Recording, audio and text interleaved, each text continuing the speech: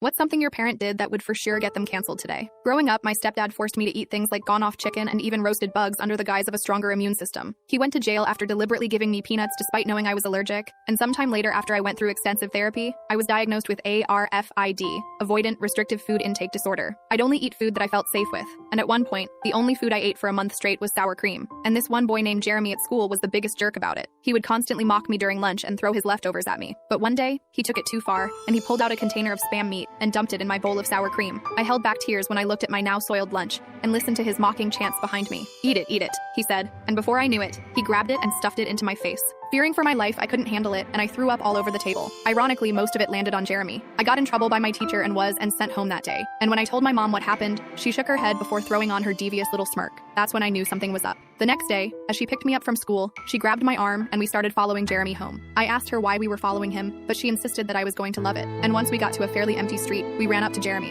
"Heard you were forcing Amelia to eat nasty meat," she said. Jeremy's eyes opened wide, and he shook his head and stuttered an excuse of wanting to do it for the sake of expanding my palate. But my mom knew not to put up with his BS, and she ordered him to the floor before she pulled a can from her bag. "You're going to eat this entire thing in front of us and say how much you love it," she said, placing a can of cat food in front of him. It smelled horrible, and I covered my nose. Jeremy shook his head and tears streamed down his face, but my mom insisted. "Since you think it's okay to make fun of other kids, you're learning a lesson the hard way." So he started eating the cat food, and it was a nasty sight, but it wasn't over. Once he was done, my mom looked him dead in the eyes and said, "You know what cat food is made of?" He shook his head no. She then said, "It's made of roadkill, which is what you will be next time I hear about you picking on my daughter."